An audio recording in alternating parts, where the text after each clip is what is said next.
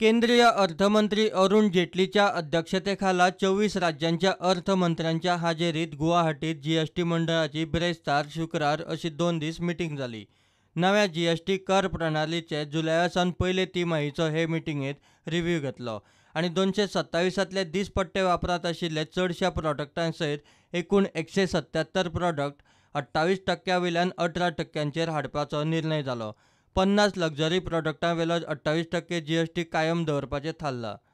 28% जीएसटीत AC, refrigerator, washing machine, paint, cement, तंबाखू, cigarette सारख्या प्रॉडक्टांचो आस्पाव आसा। Beauty product, shave lotions, marble, granite, चॉकलेटी आता 18% स्लॅबात बसतल्यो।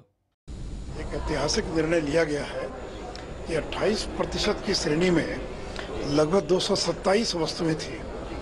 उसमें से फिटमेंट कमेटी ने 62 वस्तुओं को 18% की श्रेणी में रखने की अनुशंसा की थी, लेकिन आज एक आम सहमति बनी और जिसमें और 12 वस्तुओं को 18% की श्रेणी में रखा गया है। यानी अब केवल 50 वस्तुएं बच गई हैं।